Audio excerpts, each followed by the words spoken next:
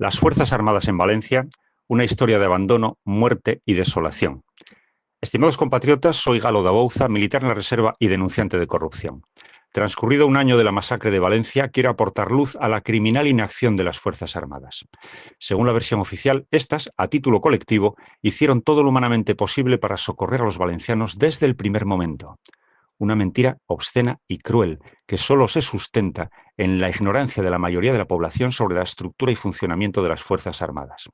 Por eso, como militar, quiero ilustrar a los españoles sobre lo que habría ocurrido con esas mismas Fuerzas Armadas en Valencia de no haberse producido un sabotaje interno. Empezaré con una odiosa comparación. En las inundaciones de Bilbao en 1983, a pesar de que todavía no existía la Unidad Militar de Emergencias, la famosa UME, en los primeros momentos se desplegaron 10.000 soldados de varias unidades. En Valencia, en 2024, que ya existía la UME, se desplegaron en las primeras 24 horas solo 100 militares. Repito, solamente 100, es decir, la centésima parte de los desplegados en Bilbao 40 años antes. La nada misma para atender a los 500.000 afectados que hubo en Valencia. Es decir, el mínimo indispensable para sacarles unas fotos que mostrar en las ruedas de prensa y con ellas engañar a la población, que es lo que se hizo. En realidad, en Valencia, la UME fue utilizada como excelente excusa para no desplegar a todas las demás unidades militares, como se hizo siempre en todas las catástrofes. Bastará una anécdota para ilustrar la voluntad y vocación del grueso de los militares. Estando destinado en la UME, un fin de semana recibimos orden de despliegue inmediato para atender un gran incendio forestal en Galicia. Pues bien, uno de los suboficiales estaba en la boda de su hija, en la cual él era el padrino, lo que no le impidió salir precipitadamente para incorporarse al contingente. Quien esto hace por un incendio, ¿qué no hará para salvar vidas, siempre que no se lo impidan, claro? La UME tiene unos 3.500 efectivos, de los que podría haber desplegado en Valencia el primer día 1.500, pero solo desplegó 100. Cualquier militar que, como yo, conozca la unidad sabe que forzosamente hubo un sabotaje interno. Veamos ahora el resto de unidades militares distintas de la UME que, estando disponibles, tampoco se desplegaron en las críticas primeras horas. Solo en Valencia, el Ejército de Tierra a las 9 de la mañana, con todo el personal acuartelado, disponía de más de 7.000 efectivos repartidos entre 5 batallones y 6 regimientos. Uno de esos batallones es el de helicópteros de emergencia número 2, cuya principal misión debería ser la de salvar vidas, pero no lo hicieron.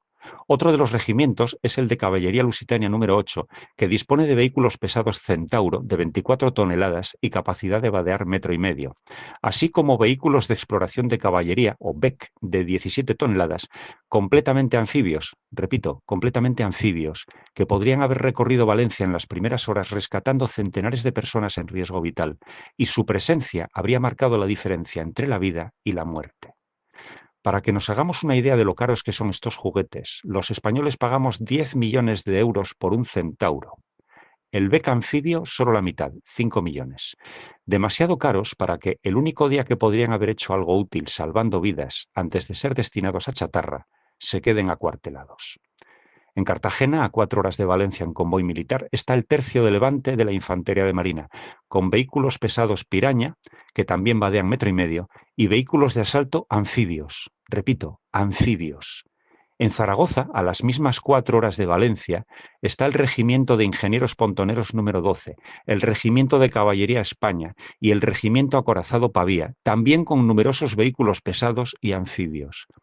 Pero hay más, mucho más. En Alicante, a solo 2 horas de Valencia, a mediodía del mismo día 29, había tropas de operaciones especiales listas para salir, pero no salieron hasta 4 días después y se pasaron el primer día de despliegue sin hacer nada útil, porque les prohibieron expresamente buscar víctimas entre los coches.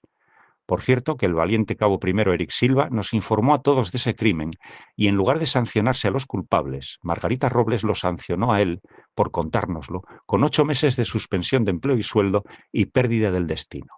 Por eso es ingenuo pensar que no ocurrió nada raro en el comportamiento de las Fuerzas Armadas en Valencia, solo porque ningún otro militar se haya atrevido a denunciarlo públicamente.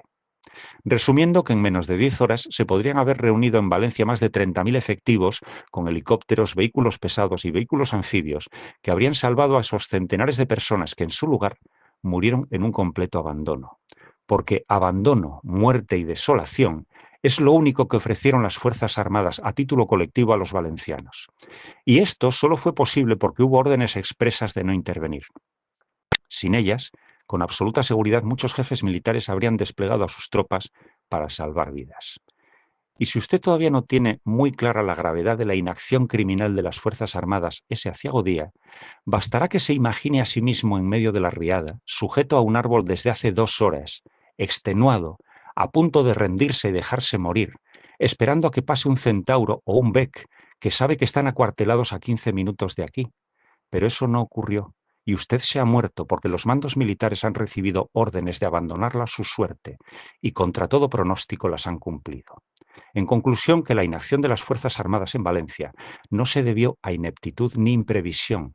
Fue un crimen perfectamente premeditado desde el Ministerio de Defensa y milimétricamente perpetrado por el carnicero de Valencia, al que algún ingenuo todavía llama General Marcos. Un crimen que exige justicia, porque sin justicia en Valencia no puede haber paz.